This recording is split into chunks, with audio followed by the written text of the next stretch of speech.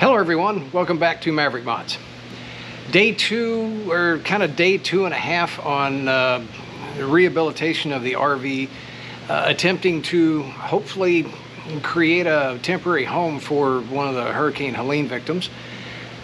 So far, yesterday, day before yesterday, I got the RV out of purgatory at the RV lot, got it running with a new battery, and made it from the RV lot to the shop with a multiple cylinder misfire trouble code.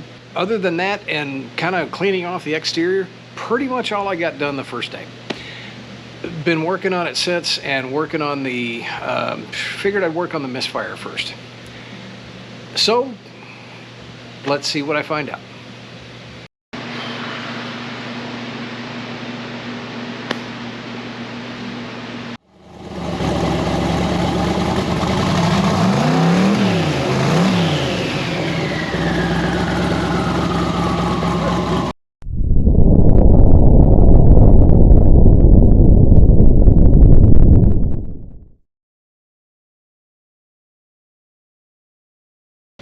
I know that the misfire or multiple misfires probably are fuel related. However, a lot of times, I mean, this thing, it's got 40,000 miles on it, which is not a lot of miles, but it also has going on, well, almost 20 years, probably on the original plugs and plug wires. I'm gonna go ahead and pull the plugs and see what they look like. Probably just gonna replace them because while I'm there, I may as well. Same thing with the wires. We'll do that, see if it does anything. I'm not thinking it will. I'm thinking we'll have to dig farther. But at least it's a place to start. And it needs to be done anyway. Just we kind of call it routine maintenance. Here's where we're at on the RV. I figured I'd work on the misfire initially. And I wanted to plug in my scanner to find out, or my scan tool, to find out if there's any one cylinder worse than the others. At this point in time, the way it's idling, it doesn't feel like a random misfire. It feels like essentially it dropped a cylinder. And I want to try and find out which one. And so I'm working through the menu here. It's got me set up for the van. It now asks me select throttle option without throttle cable or with throttle cable. Haven't got a clue, but I can do one of two things.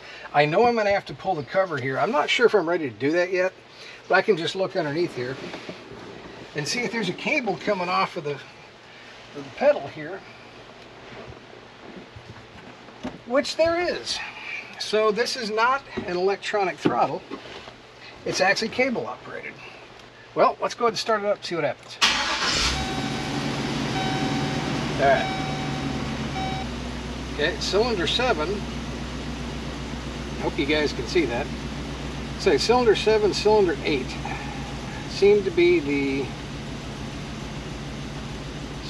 problem. So I'm going to shut it off.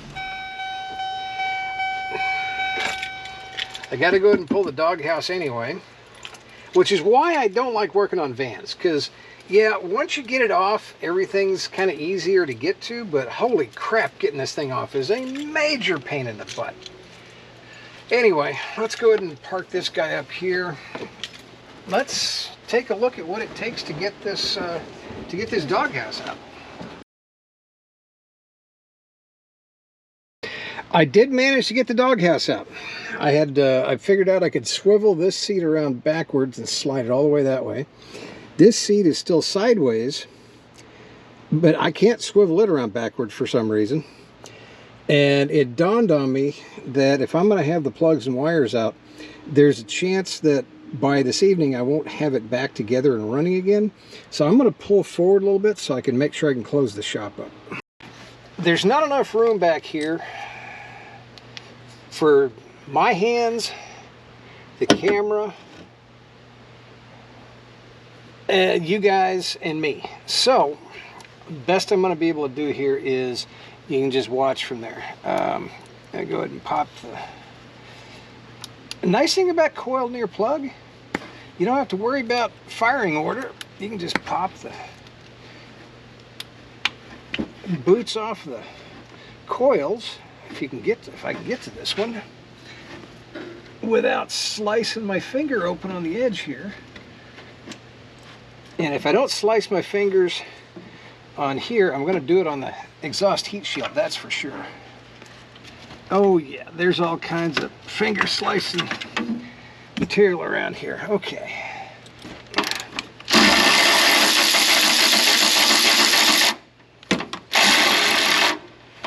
Come out of there.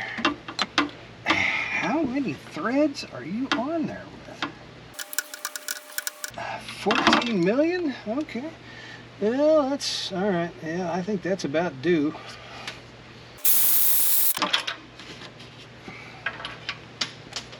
Okay, well, that hit the ground.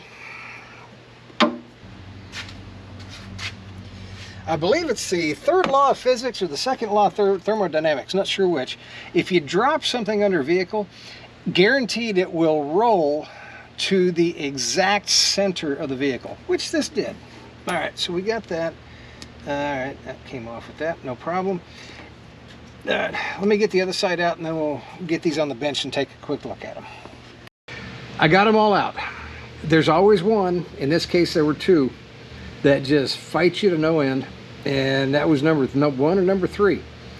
So I don't even remember what order they came out. Basically they don't look bad, but again, you know, 40,000 miles is a little bit soon for really needing a plug replacement, but you know, they're, you know, I can't go wrong by doing it, I guess. And same thing with the wires. At least that'll get me started, and it'll eliminate one thing on the hunt for the misfire. All right, new plugs.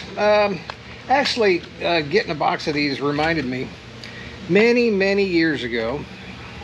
This is back in the 80s. My granddad dies, my great-grandfather. And I was given the job of cleaning out his barn. And of course, where I grew up, your workshop was called a barn. So it was my job to clean out his barn. It was a little four stall barn. And he had an old, I think it was about a 71 or a 72 F250, I believe. My great-grandmother had I believe it was a 68 or 69-ish Buick Wildcat. And Granddad, when he was still able, religiously tuned those vehicles up every year. And good on him. Of course, toward the end, sometimes those cars might have gotten driven 200 miles a year. He still tuned them up every year. And when he did a tune-up, he would remove all of the old spark plugs, take the box that the new spark plug came in, put the old spark plug back in, label in magic marker what cylinder it came out of. Then he would take all 8, and back in those days the box had 8 of them, and then he would take all 8 of those boxes with each, and he'd actually make sure that it was cylinders 1 through 8. Because I know this, because I counted them all. And he would put all of the individual boxes back in the big box, and then he would label what vehicle and when he did the spark plug change, which is fine. Okay, I got no problem with that.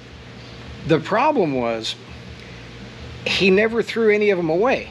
So I mean, I lost count of how many boxes of spark plugs I pulled off of the shelf, and it wasn't just spark plugs. It was distributor caps, plug wires, rotors, points. He would rebuild the carburetors every couple of years, and he would save the old parts mill carburetors, and they'd go back in the box and up on the shelf. And just the sheer volume of parts I had to throw it, because the vehicles didn't even exist at that point anymore. The sheer volume of parts I had to throw away was it was a mountain. It was an absolute mountain.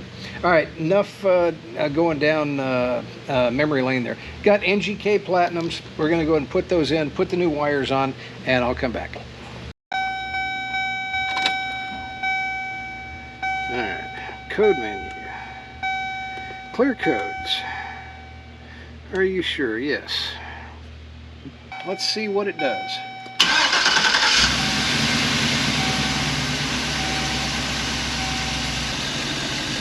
And it gave me a flashing check engine light. Probably same thing. Engine misfire detected. Okay, not multiple misfires this time, just misfire detected. Here we go. Okay, so this lets me disable the injectors. So let's injector number 1, injector number 2, 5, definitely felt that. 6, 7, kinda, 8. The number 8 injector ain't doing its thing. So I've kind of determined that the number 8 and possibly the number 7 injector are not doing their thing.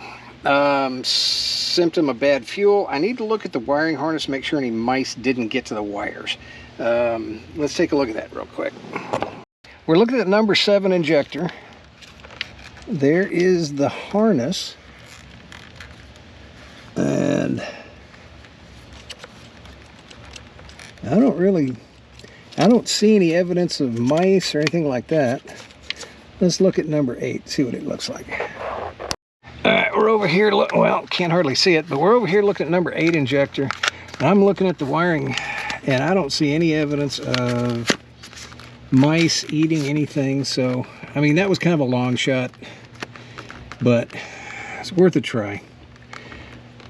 It's kind of weird. There's a little crusty right there at the back of the fuel rail. That's fuel.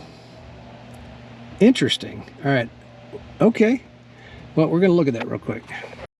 I've got a little bit better angle so I can kind of show you what I was talking about here. See if I can do this with the light. When I touched the bottom of the fuel rail here, there was raw gas right down here at the bottom, and it's obvious that this has been leaking or seeping. It's been, I guess you call it seeping for a long time. And on the other side, I know the little thingy's in the way, it's been doing the same thing. I can't see the front end, although I think it's got the same cap setup, or the same seal setup on the front of the rail as the rear. Interesting little side note, this little thingy right here is present on every single LS motor. All that is crash protection in the case of an accident. It protects the back of the fuel rail. Funny thing is, this one, out of all of the installations, probably is the one that needs it the least. Anyway, that's just an aside. I did a little research. Of course, factory fuel rails for this era, again, we're talking 20 years old. I don't know the exact interchange years. Probably somewhere around 99 to 07, but there might be differences year to year in that too. Truck versus car, probably a difference. I mean, this is a standard truck intake, so I could probably find a fuel rail at a junkyard. However, I did find some references to a fuel rail repair kit, and it shows O-rings. And I did find a video on YouTube that showed somebody actually pulling that little cap off and replacing the O-ring in this little piece right in here. I'm going to try that because at this point I got nothing to lose. So I'm going to pull this fuel rail, and no earthly idea just what that's going to entail. But one way or another, that fuel rail's got to come off because I got to replace the rear 2 injectors anyway. So far, guys, I've got the left-hand rail out, resealed, I hope, and the number 7 injector cleaned. It wasn't too bad. Here's the number 8 injector, and keep in mind, I've been using very gently, I've been using a pick to kind of pull out some of the goo inside of the top part of this injector. And the reason I'm doing this, there's probably nothing wrong with this. It's just dirty. Nobody in town's got a cleaner, and nobody in town's got new injectors. So I'm going to try this. If it works, great. If not, I'll just have to pull the fuel rail again. But to give you an idea, like I said, it might have been hard to see. Whoop. That's a sample of, so far, what I've gotten out of this injector. And it's just gross. Gonna keep cleaning this, see what happens. So with the injector, I got it cleaned out and it looks pretty clean now. We'll see how it works. Here's the fuel rail. That's the good end, that's the front. I am gonna clean the rest of the injectors, by the way. And here's the bad end. Now, I've already done the, I guess it'd be the driver's side rail. Basically, you uncrimp this end and the centerpiece pops out. So let me get this uncrimped and we'll see if we can get that centerpiece out. So I've got it uncrimped, mostly. Things should just pop off like so. And you've got a little aluminum. This thing is just nasty on the inside too. Let's clean this up a little bit. I just don't want that falling inside the rail. Just that much more to clean up. Okay. And it kind of makes things a little bit more difficult because this whole rail is plastic. So you got to be careful not to damage anything. Now I got the other one out by, and I haven't found an easy way to do this. You kind of grip it like this, and you just start slowly twisting to break the seal on that O-ring in the side there. You can kind of feel it start to move, like so. And then eventually, it pops out. So here we got a problem because we've got a busted O-ring here. So I'm gonna have to find a replacement O-ring, but it's just, the fuel did that. I mean, you can tell where it corroded right there. So I'm gonna clean this up, have to find an O-ring, and then I'll put this back together.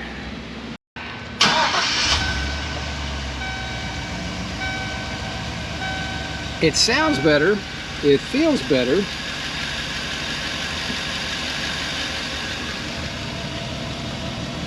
But give it a minute.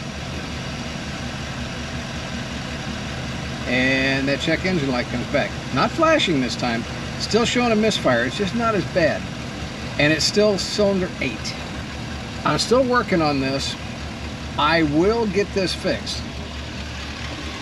The good news is that my backs of my fuel rails, nice and dry, no fuel leaks. That's a biggie.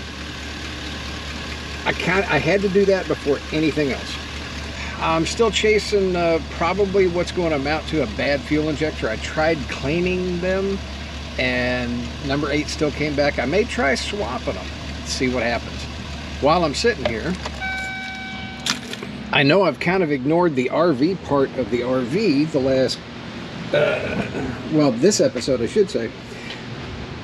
I did manage to get all of the little storage trays slid out, and I found some of the components. This is just a big storage bin, and those things are just like folding chairs. This here is the dump valves for black water. That one is working. This one is not.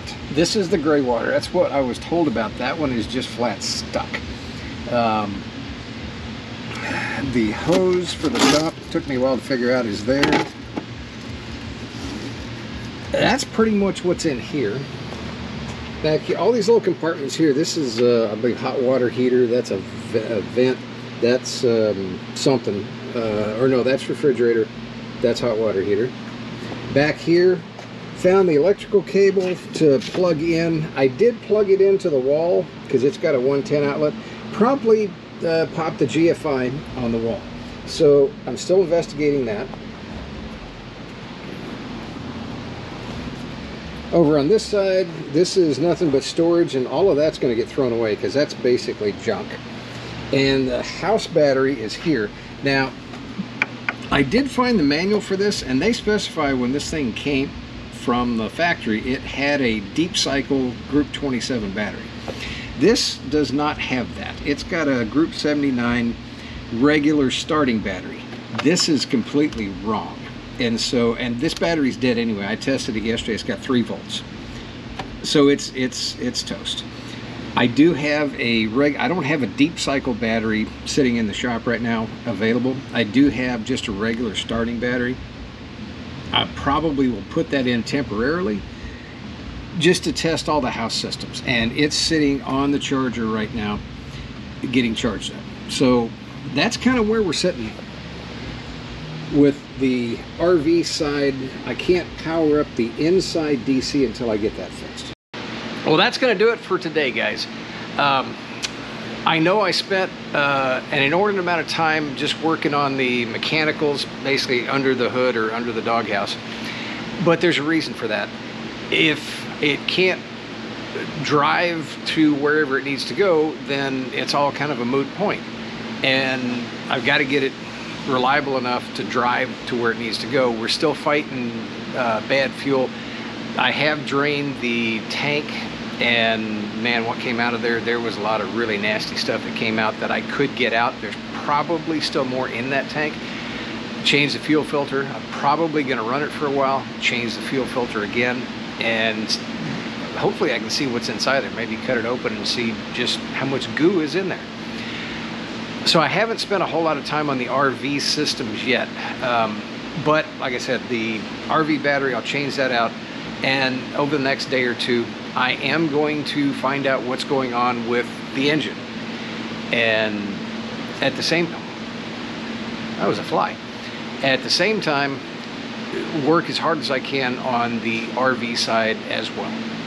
That's where I'm sitting on this installment of getting the RV ready for a Hurricane Helene survivor.